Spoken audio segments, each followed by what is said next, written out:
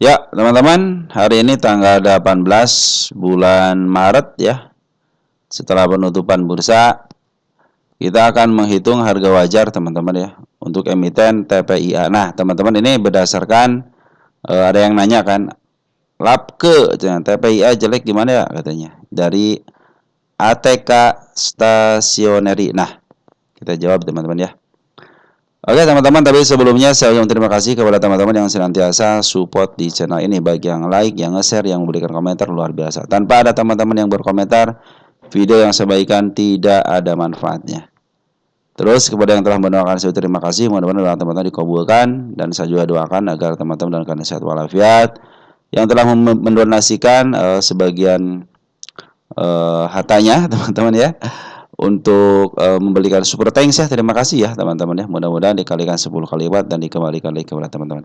Oke teman-teman, langsung aja ya untuk TPIA.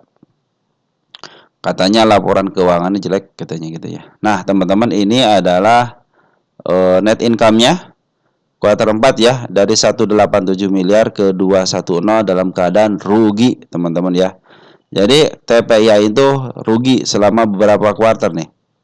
4 kuartal semuanya tahun ini rugi. Kemarin cuma positif cuma satu kali doang di 128 miliar ya tahun 2023. 2022 cuman nggak ada, negatif terus. 2021 negatif terus. Ada positif satu ya? Ini ada positif dua kali teman-teman, positif dua kali nih. 1,2 triliun, 1,1 triliun. 2020 positif dua kali, jeblok dua kali teman-teman. Kita yang terbaru aja. Nah, yang terbaru dari kuartal 1 sampai kuartal 4 dia jeblok teman-teman ya. Malahan kuartal 4 itu ada sedikit peningkatan ya kerugiannya. Tapi kalau kita revenue, teman-teman perhatikan revenue-nya 7,5 triliun ke 10,1 triliun, artinya ada peningkatan ya. Kuartal 3 ada penurunan dari 9 ke 4, kuartal 2 8 ke 6 ada penurunan, dari kuartal 1 7,5 ke 7,4 ada penurunan. Artinya hanya kuartal 4 doang yang revenue-nya bagus teman-teman. Nah, kenapa ini harganya bisa sampai ke 5.400, teman-teman ya? Ingat yang suka saya bilang teman-teman, bahwa emiten Mr. PP, teman-teman ya, emiten Mr. PP adalah ketokohan dan ada bandarnya. Di mana-mana kalau sudah ada bandarnya, teman-teman ya, sudah dipastikan yang megang kekuasaan adalah bandar. Jadi ini nggak usah khawatir kalau tempat nyangkut di atas ya. Kita lihat insidernya. Langsung terus dibeli Maret tanggal 12 kalian nggak beli teman-teman nih. 11, 7 ya. Selama bulan Maret 1 2 3 4 5 6. Nggak beli ngejual ya. Ngejual teman-teman nih. Nggak beli ngejual ya. Negatif kan ke tanggal 28 Oktober doang ya nggak beli ya. 3,05 ya. Mr. PP-nya ngejual teman-teman ya. Jadi ada transaksi penjualan teman-teman selama bulan Maret teman-teman ya untuk TPIA ini. Apalagi ngejualnya sebagai sebagai penguasa teman-teman. Penguasa. Mr. PP ngebuang teman-teman, tapi masih banyak teman, barang dia masih banyak kok. Ya hanya ngurangin sedikit aja porsinya teman-teman ya, dari 5,06 sekarang jadi 5,0. Artinya hanya ngurangin 0,02 aja teman-teman ya, tidak terlalu banyak. Bukan untuk jajan cilok teman-teman. Nah, kembali lagi teman-teman ya. Jadi ada pembuangan tapi dia tidak terlalu banyak, malahan BRPT juga malahan ngambil lagi ya 3,05, sekarang kembali jadi 13 teman-teman ya. Artinya dibuang sama Mr. PP, tapi yang penguasaan juga BRPT juga masih ngambil. Artinya masih terus diakumulasi sama yang punya teman-teman ya.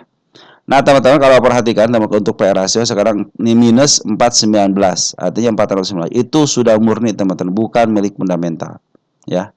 TPIA saya nyatakan bukan pemilik fundamental teman, biarkan bandar yang ngatur harganya teman-teman ya. Makanya teman-teman emiten-emiten yang ada bandarnya mendingan perhatikan yang 3 garis ini teman-teman ya. Kalau dia sudah mulai atas, udahlah jangan dibeli teman-teman ya. Kalau dia sudah biasanya kalau emiten-emiten yang sudah mentok di garis merahnya teman-teman ya, selama 10 tahun, nah dia biasanya ini adalah harga tertingginya. Nah, bahkan nanti juga biasanya kalau sudah bagus lagi teman-teman ya, keuangan sudah mulai bagus lagi, sudah tidak ada problema lagi. Sekarang kan lagi Konglomerat lagi lumayan disibukkan teman-teman dengan pemerintahan yang baru. Nah, harus kasak-kusuk dulu gitu. Nah, biasanya seperti itu teman-teman ya. Biasanya dia itu akan menemukan titik tertinggi baru. Apalagi emiten-emiten yang sebenarnya tidak pernah menyentuh harga atasnya ya, cenderung ditahan di sini, turun lagi gitu ya. Biasanya cenderung itu tidak akan istilah tidak akan mempunyai target atasnya teman-teman. Dia cenderung akan terus naik teman-teman ya. Sampai kapan? Sampai batasnya itu stock split teman-teman. Biasa seperti itu ya. Biasanya emiten-emiten yang punya kecenderungan ada bandarnya ya, ataupun yang istilahnya sudah menggunakan kemahalan nggak bisa turun-turun ya, akhirnya dia melakukan stock split teman-teman. Apalagi kalau bandar ya ketokohan teman-teman ya, rata-rata dia stock split teman-teman. Endingnya itu ya. Nih si TPI itu udah 2 kali stock split. Tahun 2017, tahun 2022 ya. 17, 18, 19, 20, 21, 22 sekitar 5 tahunan teman. Apakah akan terjadi siklus 5 tahunan? 23, 24, 25, 26. Nah, 27 buat tahun 2027 teman-teman ya. Siapa tahu terjadi lagi teman-teman ya. Karena ada siklusnya kadang-kadang teman-teman ya. Ini udah beberapa kali kan, udah istilahnya harga tertingginya aja sudah terus dicapai. Ini juga akan menempuh harga tertingginya lagi teman-teman, karena sekarang lagi kosak-kusuk aja ya. Agak lumayan kosak-kusuk dan sekarang juga harganya sudah mulai mendekati harga tengah di angka 5.100 teman-teman ya. Nah, kalau teman-teman pasaran berapa sih katanya ingin tahu harga wajarnya? Jadi untuk harga wajar berdasarkan PR rasio, teman-teman tidak bisa dihitung ya. Berdasarkan rumus P/E rasio tidak bisa dihitung. Kenapa? EPS yang negatif. Nih, setiap EPS yang negatif tidak bisa dihitung karena hasilnya pasti negatif, teman-teman ya. Kecuali teman-teman ya saya bisa menghitung hanya berdasarkan rumus PBB aja, yaitu punya harga bukunya 49192 sini ya. Nah, 491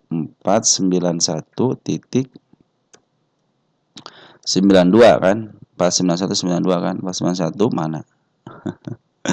49192 dikalikan dengan PBB, rata-rata PBB selama 3 tahun teman-teman. PBB ini. Nah, ini PBB-nya 3 tahun berapa? Kita hilangkan 9.12 teman-teman ya. 9.12. 9.12. Di 4.486 teman. Itu harga wajar atau bukan harga wajar, bukan harga wajar teman-teman ini ya. Ya harga tulis-tulisan lah, soalnya teman-teman biasanya yang punya emiten yang seperti ini ya harusnya dia itu tahu sendiri teman-teman ya. Ketika sebuah emiten PR rasio sampai ribuan teman-teman ya, sampai ratusan gitu kan. Ini kuartal 4 teman-teman ya, harga bandar. Harga bandar.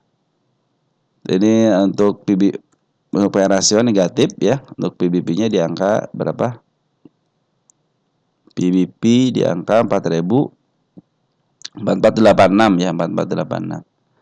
4486 ya, 4486. Artinya sebenarnya teman-teman kalau emiten-emiten yang dikuasai yang suka saya bilang ketokohan itu ya cenderung dia bisa aja mengikuti fundamentalnya teman-teman ya, saya pikir sih dia akan sia-sia gitu kan teman-teman. Tapi kalau teman-teman pengen tahu ya inilah harga harga bandarnya seperti ini teman-teman ya. Mungkin ya sekarang mau diturunin, maka kita hapus dulu ya sembari update aja ya. Ini target penurunan saya sudah tercapai di sini, tercapai. Kita tulis sudah teman-teman di sini. Tercapai. Target penurunan tercapai, di situ kita hapus teman-teman ya. Nah, karena ini semua target penurunannya sudah tercapai teman-teman ya, otomatis sudah kosong semuanya. Lanjut bagaimana? Kata ini lanjutnya ke sini teman-teman. Dia akan melanjutkan kenaikan ke level 6.800 ya. Tapi ada tapinya. Karena MA10 lagi menuju ke bawah, artinya teman-teman santai aja dulu. Apalagi sekarang tadi ya, tragedi yang hari ini teman-teman yang 7% itu masih belum apakah akan berlanjut atau tidak. Sebab yang emiten yang lain sih sudah mulai sudah mulai didorong dari bawah teman. Juga ada dorongan tapi sedikit. Tapi kecenderungan dia menyentuh ke angka 5.300. Sedangkan berdasarkan hitung-hitungan di 4.486. Nah, kita akan lihat teman-teman di angka berapakah di sini teman-teman ya. 5.100. Nah, kita lihat di sini ya. Ini tahun berapa ini? Tahun 2024, ini tahun 2024 ya, di angka 3 ribuan. Kita cek and recheck tahun 2024. Nah, mumpung deket teman-teman, mumpung deket. Nah, saya pikir sih ke situ ya sudah kesentuh, maka kita akan cari lagi di sini. Apakah ada, teman-teman? Kita sudah deketin dulu, teman-teman ya. Kita lebarin dan deketin. Nah, ketahuan kan kalau dilebarin. Nah, ada gap kecil, teman-teman, di angka 4.600. Ada si ekor merah di angka 4.453. Terus ada lagi si ekor merah di angka 4049. Nah, ini yang agak lumayan tinggi, teman-teman, si ekor merahnya di angka 3225. Ini aman, ini aman, ini aman ya. Cenderung aman, aman, aman, teman-teman. Cenderung aman. Ini aman. Ini agak lumayan di sini nih. Nah, udah sampai sini aja lah, ya. Mudah-mudahan tidak sampai situ lah. Mudah-mudahan tidak sampai situ, teman-teman ya. Kita balik lagi ke depan ya, teman-teman ya. Kita balik lagi ke depan.